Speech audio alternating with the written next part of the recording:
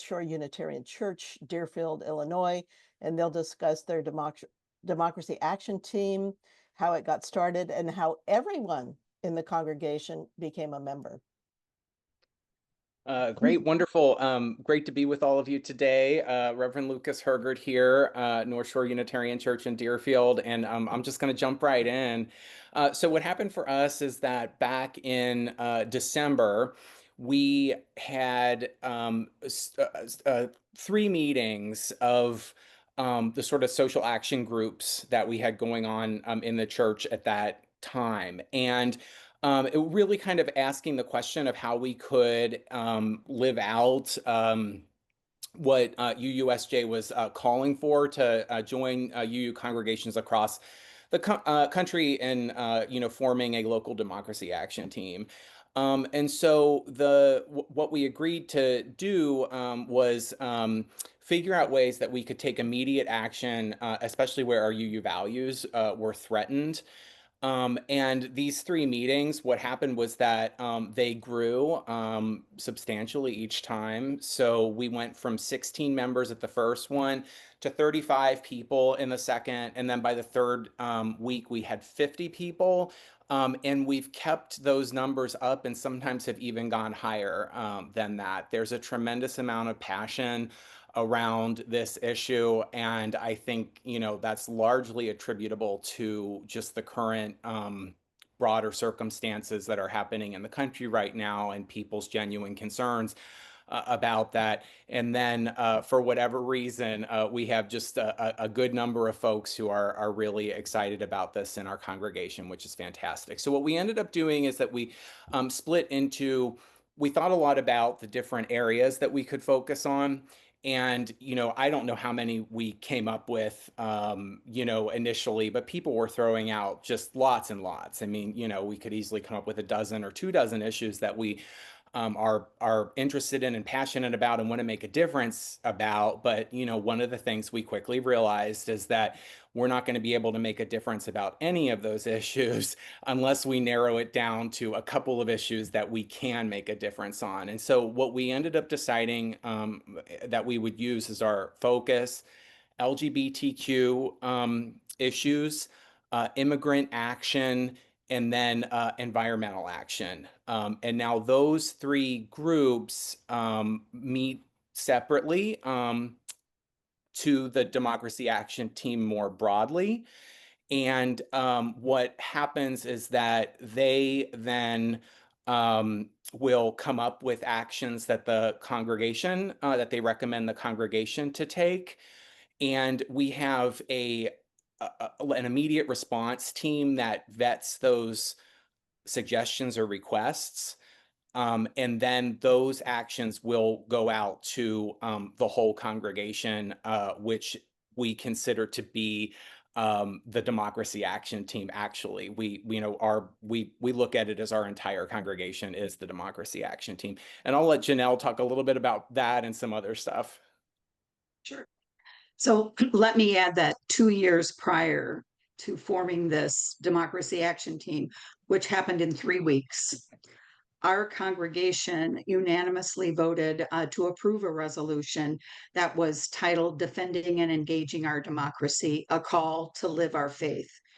And I don't know the degree to which our members connected the resolution to the 3 week creation of a Democracy Action Team, but Lucas and I have talked about that.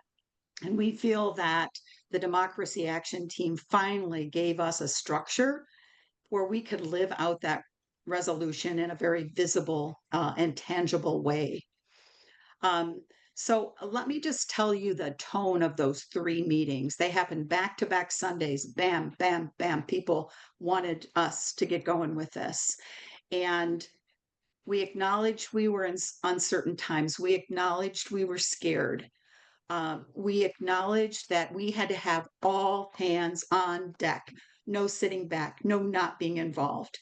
And we knew that the only way to do that was to start with action. We'd figure out stuff later, but we had to start with action. And we wanted the work that we were doing to look different, to sound different, so that nobody was saying, here we go again. And so ultimately, we shared highlights and decisions of those 3 back-to-back meetings with the entire congregation and told them we were forming an all-congregation democracy action team. And if they'd like to, they could opt out, not opt in. And that went out, and our opt out was single digits, and most of those people were not active members any longer. And therefore, there you have it. An all church DAT in about 3 weeks. And so the other thing I would tell you is that we knew that this work could not be housed in an existing team, and we folded all of our action teams into the democracy action team. They're all suspended until November of 2026. This is what the entire congregation is focused on, and in those 3 sub areas. So DAT, 3 action teams, a rapid response team that vets actions that they send back out to the DAT, the entire congregation. So Lucas, I think you did the rapid Yeah. So, response. Yes. yes. You wanna So, do the so media? oh, sorry. Oh, go on. Sorry. No, go ahead. The media action. Is that where you go? Yeah, that's where I was going to go. So Okay. we also created a media education team. Less of a focus than those other 3 areas, but one of the issues that we were coming across is that it was difficult to find reliable information that is being promoted by the media right now, and so we put together a team that would help the congregation find resources that were more non-biased and independent. And then we also came up with an economic action team that looked at the ways that our economic actions could influence these different areas as well. Those 2 haven't been as much of a focus, but they've been a support to the other areas.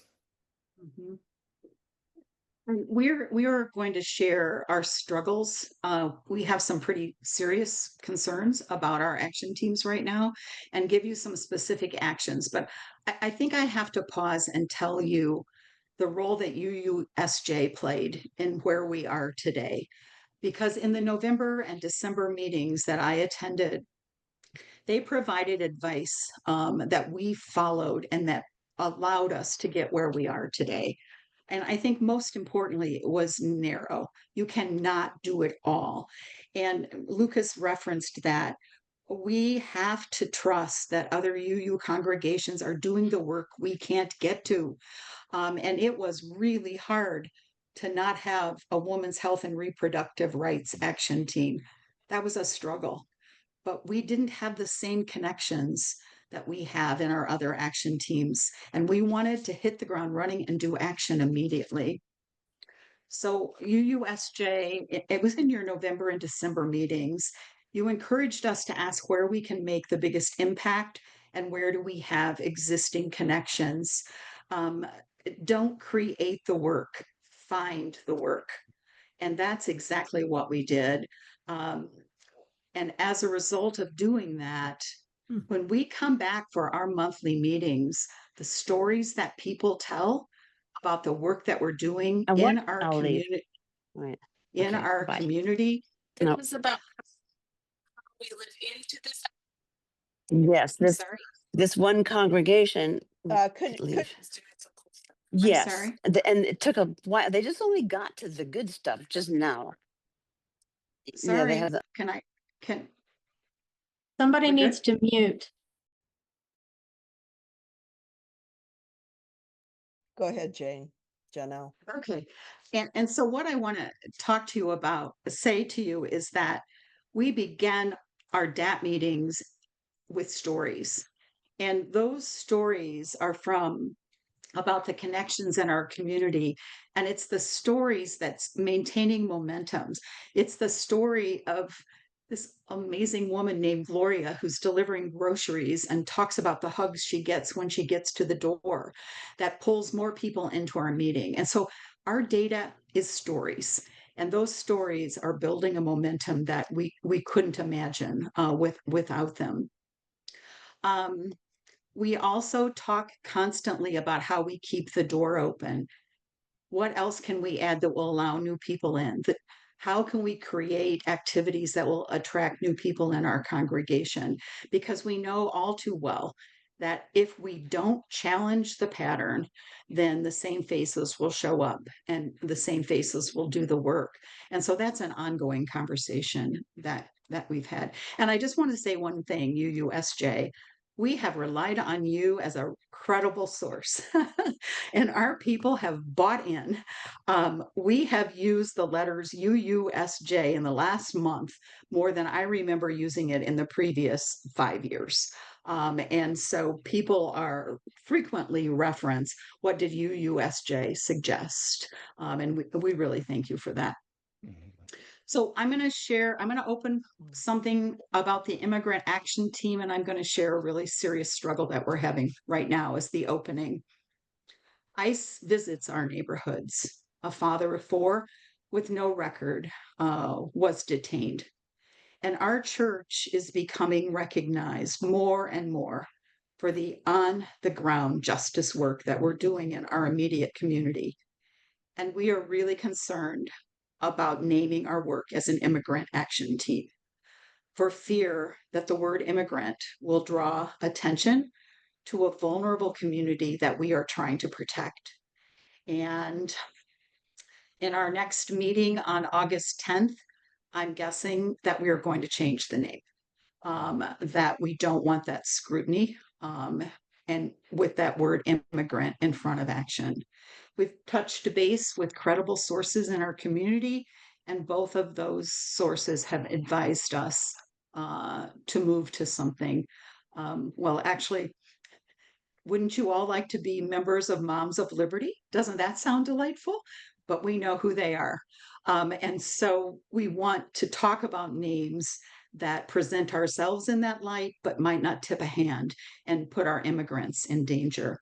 So, just very briefly, literally, I saw Holly Kerr here. She's in charge of our immigrant action team. Literally, within 2 weeks, we were on the ground distributing red cards. We have distributed 12,000 red cards in laundromats and barber shops and grocery stores all across our entire county to keep so our immigrants know their rights. We have created a shopping network to deliver groceries to this doorstep of 20 families who are experiencing food insecurities, who don't have transportation, and who are very fearful to leave their homes. Those groceries include a note written from the person who's delivering. And those notes we have got feedback that say it's very important. When the federal government cut funding for summer lunches, we partnered with the local library to pack lunches so kids could walk in the library and pick up a lunch when they're hungry. And we formed a cookie train. There's cookies coming in every Sunday that all go to the library on Monday to be packed in all of the lunches, so kids will have something to smile about.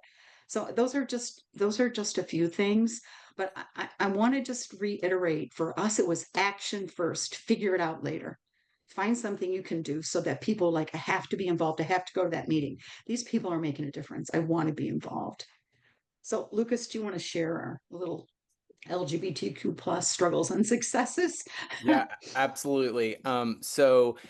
Yeah, we also have the LGBTQ action team, and one of the first things that we did is we attended the Trans Day of Visibility March. I was there with my caller. Lots of our members were. We were at multiple sites out there, and really, being present as our congregation, and not just as individuals. We attended a show called The Prom, a play called The Prom, which was put on by the Lake Zurich High School. And it was a show of support for the theater program that after we were informed that the ticket sales were low because people had questions about the content of the play, which, related to LGBTQ issues. We had a Pride event at our church recently where we showed the movie Will and Harper, which is wonderful. It's on Netflix. And we had a rainbow potluck. So it was an opportunity for education and, specifically around trans issues.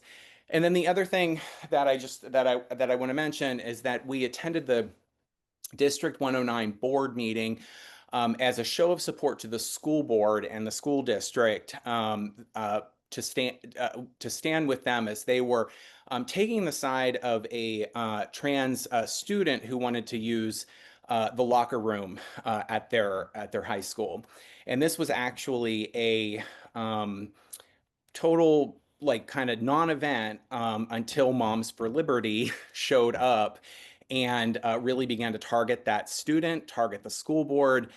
It got some national media attention, and really this entire thing was kind of manufactured around it with some pretty hateful anti-LGBTQ rhetoric. One of the things that happened is that I got up, I was there in my collar and spoke on behalf of this trans student. After that, I was doxxed. So my personal information was shared on these different right-wing platforms. We got a pretty some. I've gotten disturbing emails, and we got a pretty disturbing letter to the church. We got different letters to the church, but we got one that was more or less a death threat. And so we ended up having security on Sunday. We still have that right now. And I just bring that up because, considering the climate that we're in, we all may need to be considering, safety protocols and measures. I'm now in a Signal group, Signal, the app that's encrypted and more secure. I'm in that group with other ministers across the country who have gotten similar hate mail, death threats, disruptions in service. And the UUA has said that they sort of only expect that this could get worse. And so something to be aware of, especially as, considering how and when to, engage these issues as a congregation. Yes, that is very, very true. This is Pat, the host. Um, I am just wondering if you folks, Janelle and Lucas, if you have finished your presentation or if there's time for a few questions, which we've allowed for in our agenda. Sure. Questions are fine if that's where we are. Questions are fine? Okay. Yeah, I didn't mean to interrupt, but I'm unmuted and I've been concerned about security type questions, this whole time. Whenever I send to my group of about 50 or 60 people in my congregation, BCC, just so people don't have each other's information and, trying to keep things as safe as possible. Okay, opening up for questions, you can again put in the chat or raise your hand. Raising hands